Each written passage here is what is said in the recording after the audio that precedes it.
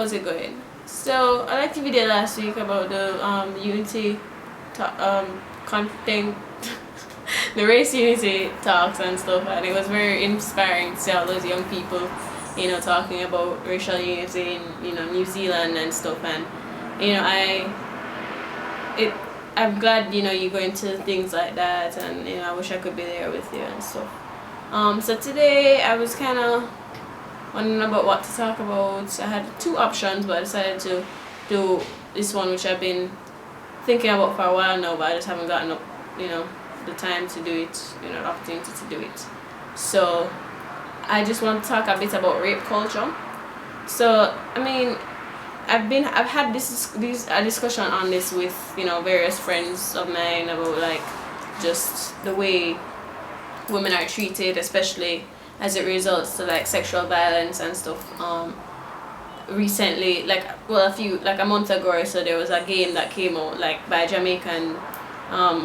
It was a Jamaican app, a smartphone app with this game called Shape Rape, and it was basically like with a name like Shape Rape. A lot of people started having problems with it. Me, some other friends of mine, and we started like writing to the creator and asking them to change it and stuff, and we ended up getting them to change the name to Shape Hate, which is, not much better, but it's better than Shape Rape, what I mean. So starting to think how lax some people think of rape as this sexual act of violence against women, especially. Men get raped as well, but how it's become so common, and that's basically what rape culture is. It's anything in society that normalizes the act of rape or sexual violence. And so things like the things that we say in our speech. I remember in high school, in the time you did an exam and you didn't do well, they would always say, oh, the exam raped me, or things like that. You have like rape jokes on TV all the time, and people talk about it all the time in such a way that it's like it kind of it makes it less serious than it really is. So I find it like it's a huge issue for me, and it should be for everybody actually. So I was saying I'm trying to, I guess, tell people like my feelings on it, or like more like educate people and make them aware of what it is. Here in Jamaica you have such a culture of like where women are very highly sexualized, in the music that we hear, in the everyday language that people say. If you're walking on the road, men call to you, and it's like just a whole bunch of like sexual over sexualization of women, that which promotes this kind of rape culture that we have. So even like if you're a woman and you're walking on the road and a man calls to you and you ignore them, or you brush them off, or you say no or something, they automatically say, oh you are going so, or why you being so stuck up, kind of like that. Like you're entitled to give them the attention that they're looking for, that you're entitled, just because they're calling to you, you're entitled to talk to them, or give them your number or whatever. And it's like, that's not the way it's supposed to be. It's not the way it's supposed to be at all. And this whole idea of like slut shaming as well, which is another term, that basically if a woman has sex with multiple partners, that she is automatically lesser than other women or lesser than men.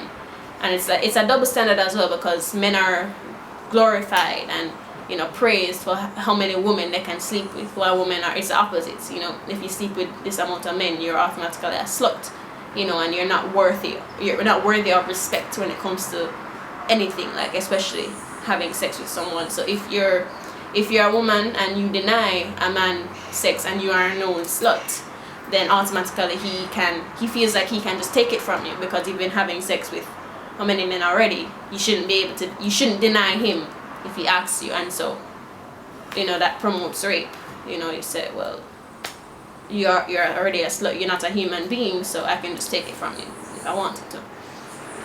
And in Jamaica there's because of this normal culture, if you complain, if you go to the police about it, even if you complain to your parents and they ask you, what did you do to provoke this, what did you were asking for it, which is like, well, an excuse that people use for rape. You were asking for it based on how you dress.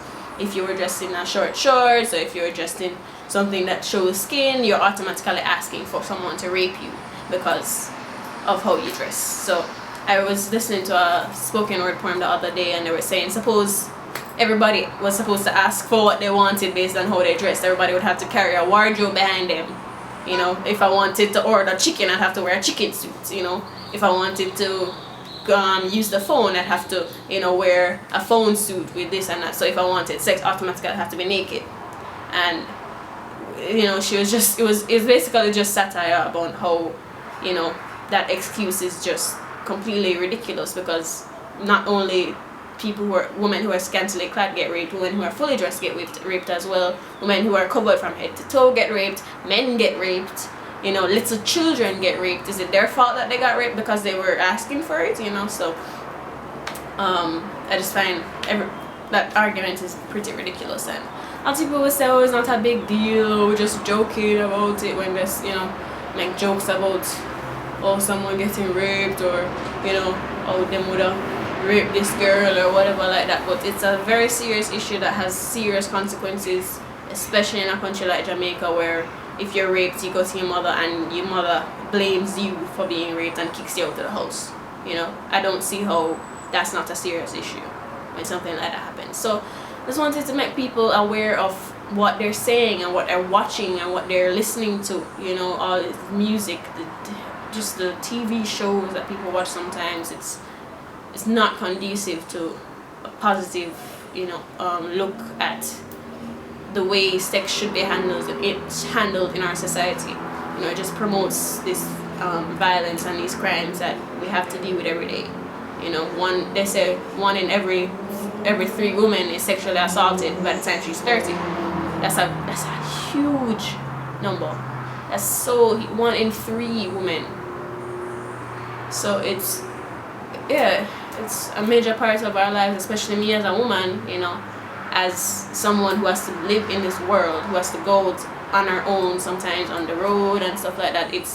It makes me scared, you know, for myself, for my children, my daughter, if I have a daughter, my sons, you know, what will they think, what will they be, you know, how will they be treated, you know, how would they treat women, you know, my sister, you know, you know, things like that. So yeah, I don't want to make this too long. There's a bunch of other things I could say, obviously, but you know, I want to promote a discussion about it. You know, if people want to comment on this video, you can please you know, just let more people be aware of it. And Ali, make Vahid watch this video because he should be aware of it too. I know he probably will watch it, but you know, just make sure he does, because it's, you know, it's something that not only women should know, but men should know as well, definitely. So anyway, that's it for now. Yeah, I'll talk to you later.